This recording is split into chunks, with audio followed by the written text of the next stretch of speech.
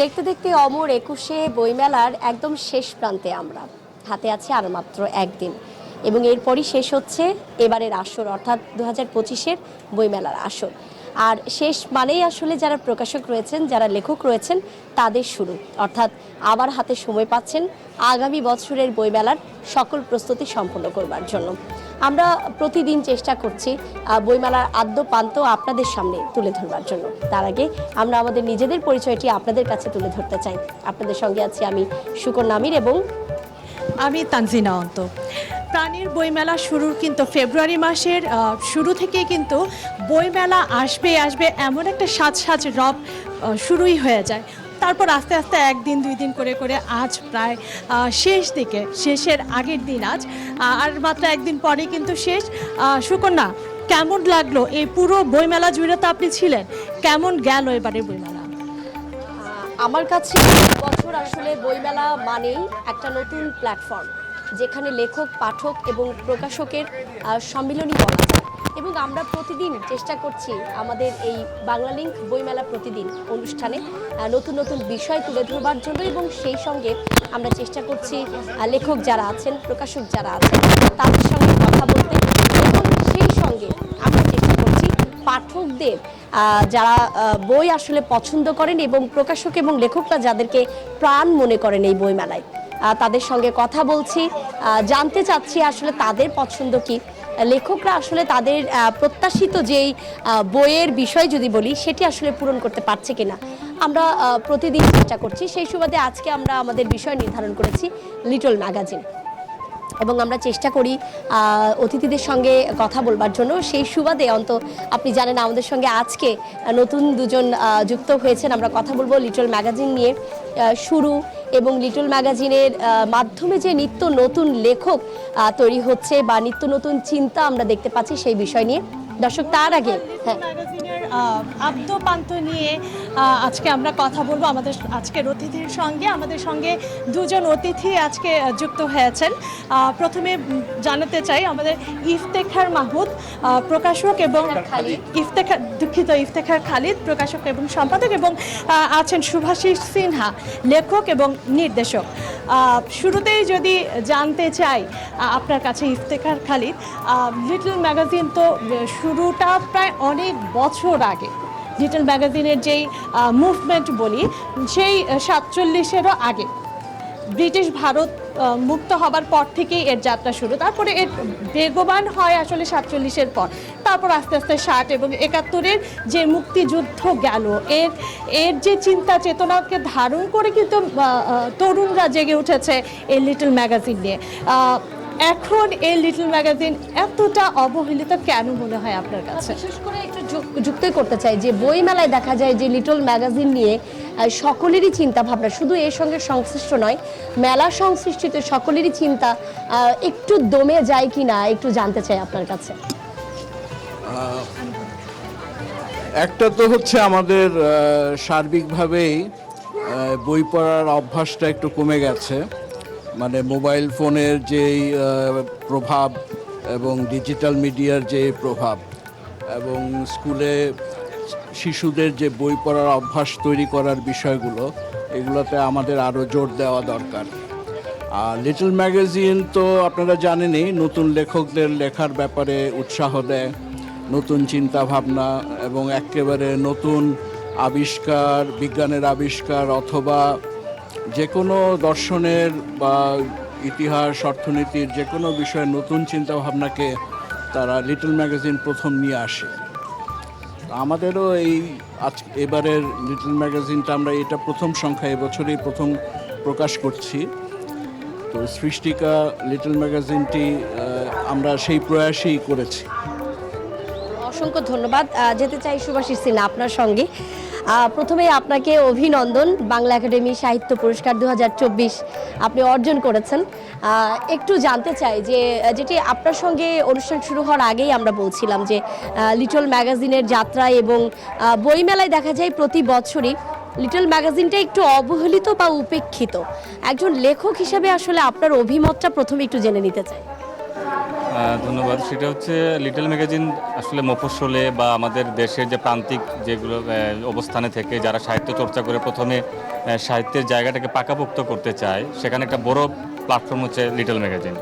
আর আরেকটা হচ্ছে যে প্রতিষ্ঠানের বাইরের যে চিন্তাগুলো আমরা মনে করি যে লিটল ম্যাগাজিন সবসময় সেটাকে ধারণ করে রাষ্ট্র বিষয়ে যে প্রশ্নগুলা, বিপ্লবের জায়গাগুলা বা প্রতিষ্ঠানের বাইরে গিয়ে একটা কণ্ঠস্বর তৈরি করার যে বা লেখালেখির জায়গাটা তৈরি করার ক্ষেত্রে লিটল ম্যাগাজিন একটা আন্দোলনের মতো। এটি একই সঙ্গে একটা রাজনৈতিক একটি আন্দোলন, একই সঙ্গে একটি সাহিত্যিক এক ধরনের বুদ্ধিবৃত্তিক আন্দোলন। তো আমরা মনে করি যে এটার খুব প্রকাশটা বইমেলায় আরও খুব জোরে সোরে হওয়া উচিত, কিন্তু সেটা দিন দিন কিন্তু এটার দিকে এক ধরনের অবহেলা আছে এবং এটাকে সরগরম একটা ব্যাপার ছিল, সেটা কিন্তু কমে যাচ্ছে।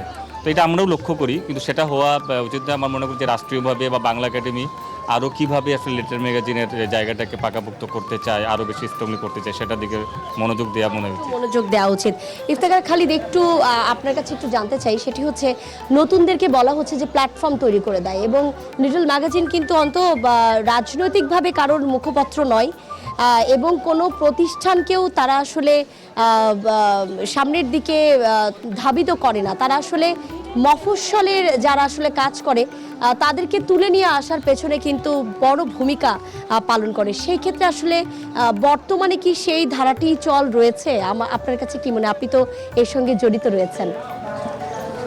সেটা চেষ্টা করে লিটল ম্যাগাজিনের যারা সম্পাদক, তারা নতুন লেখককে তুলে নিয়ে আসার চেষ্টা করে।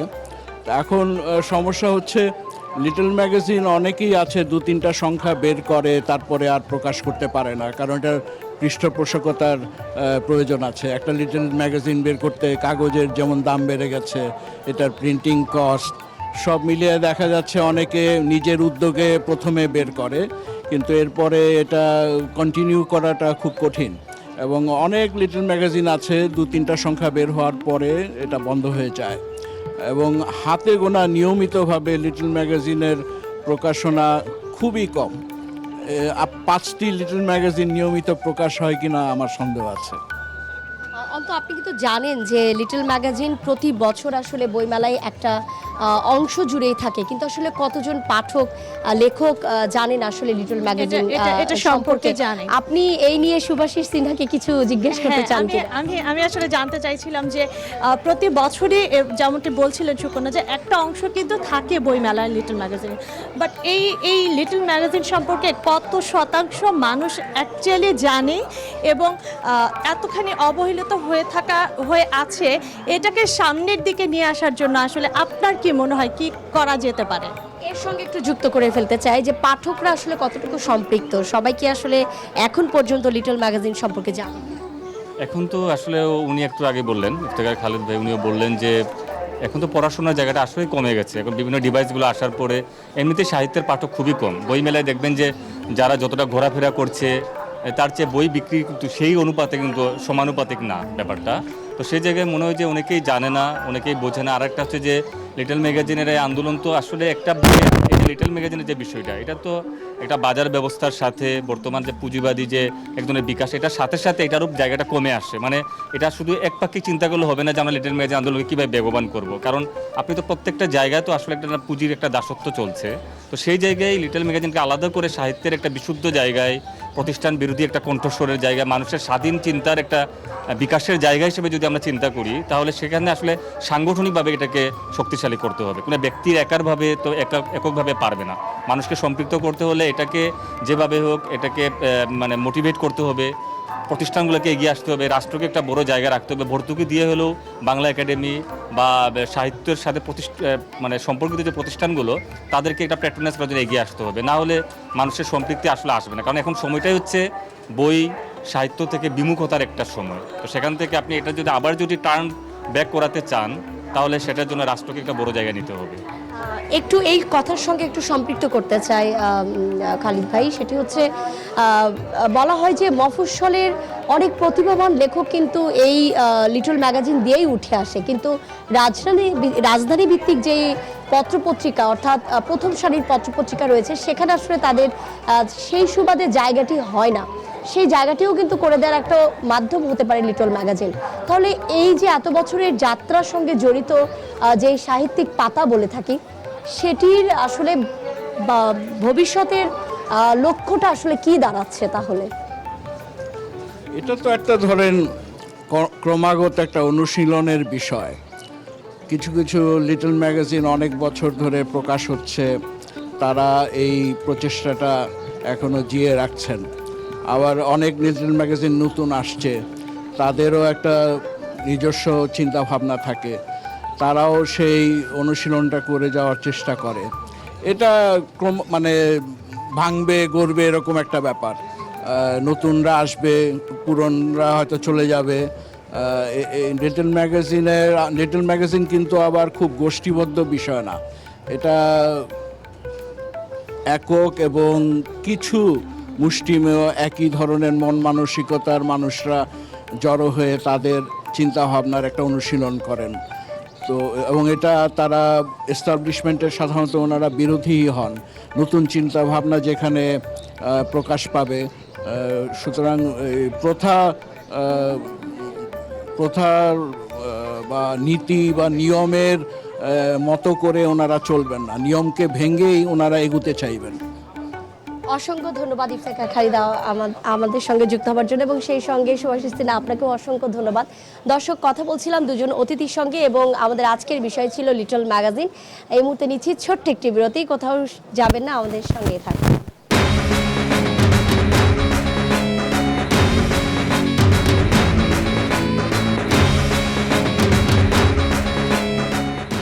দর্শক, বিরতির পর আরও একবার স্বাগত জানাচ্ছি বাংলা লিংক বইমেলার প্রতিদিন অনুষ্ঠানে। দর্শক, এই বইমেলায় আমাদের সঙ্গে প্রতি বছর একটি লেখকের সঙ্গে দেখা হয়, যিনি এই বইমেলার টানেই চলে আসেন সুদূর জাপান থেকে। জুয়েল হাসান কামরুল, কেমন আছেন? ভালো আছি, আপনারা কেমন আছেন? আমরাও ভালো আছি। আমি আজকের এবছরের বই দেখতে পাচ্ছি জাপানে ভালো ভূত মন্দ ভূত। জাপানে ভূত পাওয়া যায়? জাপানে আমাদের চেয়ে বেশি বিশ্বাস করে জাপানিরা, এবং আমাকেও মনে হয় বহুবার ভূতে ধরেছিল। এই সেই ভূতে ধরা বা ছাড়া এই বিষয়টি নিয়েই কি আমাদের এবার বইমেলায় এসেছে জাপানে ভালো ভূত মন্দ ভূত, বা এর বাইরে আর কি রেখেছেন? আসলে আমি শিশুদের বলতে চেয়েছি, কিশোরদের, যে ভূতের মধ্যে ভালো ভূত রয়েছে, সব ভূত মন্দ নয়। এবং আমার বইয়ের মধ্যে 7টা গল্প রয়েছে, মৌলিক গল্প। আমি কাউকে অনুকরণ করে কখনো লিখি না। আমি জাপানে 37 বছর বসবাস করছি বলে জাপানের অভিজ্ঞতা আমার প্রচুর। সেই কারণে আমি চেয়েছি যে জাপানের এই ভূতের গল্পগুলোকে, মৌলিক গল্পগুলোকে, আমার নিজের রচিত যদিও, এগুলো বাংলাদেশ শিশু কিশোরদের মধ্যে তুলে ধরা, যে এইরকম ভূতও রয়েছে, ডিফারেন্ট ভূত সব। এই যে সুদূর জাপান থেকে ছুটে আসেন বইমেলা, শুধুমাত্র বইমেলার টানে, এই বিষয়টি কি ছোট্ট করে দর্শকদেরকে একটু জানাবেন যে কেন এত টান কেন? আমি আসলে জাপানে মিডিয়াতে কাজ করি, অভিনয় নিয়ে কাজ করি। 21 এলে বইমেলার গন্ধ ছড়িয়ে যায় সারা পৃথিবীতে। এইরকম 1 মাস ব্যাপী বইমেলা মনে হচ্ছে পৃথিবীর কোথাও নেই। 21 এলে আমার আর প্রবাসে ভালো লাগে না, সেই কারণে 21 যে ফেব্রুয়ারি বইমেলা, বই বাংলা ভাষা আমাকে টানে, আমি চলে আসি সেই মায়ায়।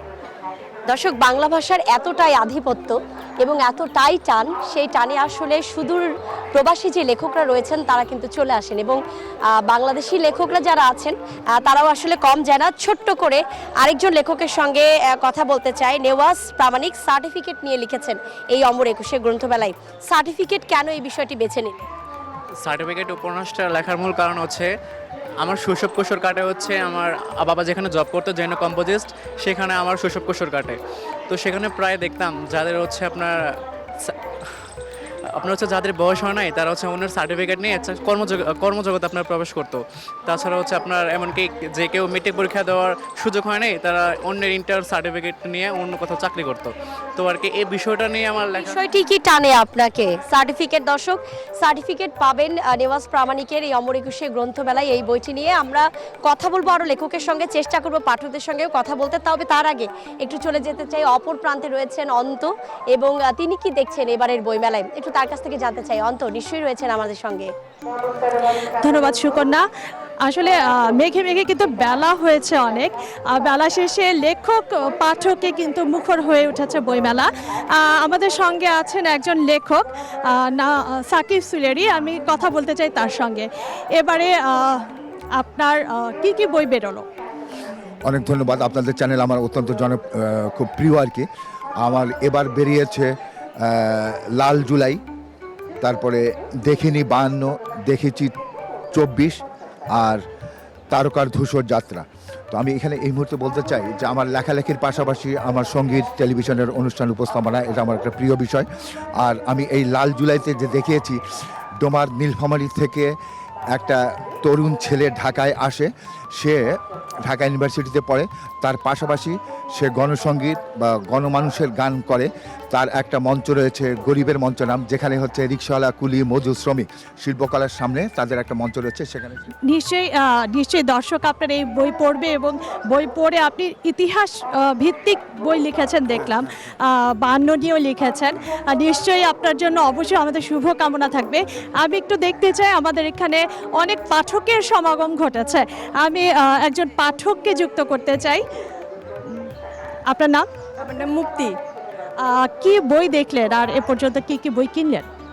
আমি তো অনেকগুলো বই দেখেছি, আগে আমরা মেলাতে এসেছিলাম তখনও নতুন নতুন বই বের হয়েছিল, আর এবারে তো অনেক নতুন নতুন বই বের হয়েছে, তো অনেক বই ভালো লাগছে। আমার যেটা পছন্দ হয়েছে আমি সেটাই কিনেছি। এবছর কি মনে হলো আপনার, কোন কোন বইগুলো আসলে প্রাধান্য পেয়েছে? জুলাই আন্দোলন গেল, তারপর নতুন অনেকেই উঠে এসেছে, নতুন রাইটার অনেকেই উঠে এসেছে, কবিতার বই আছে।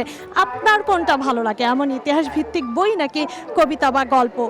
আসলে শহীদদের স্মরণে যে শহীদ স্মৃতি ফাউন্ডেশনের যে বইগুলো বের হয়েছে এগুলো অনেক শিক্ষণীয়, কারণ আমাদের 5ই আগস্টে যে ঘটনা ঘটে গেছে সেই বিষয়ে উল্লেখ করা আছে। এর মধ্যে আছে লাল জুলাই, দেখিনি 24, দেখেছি 24, দেখিনি।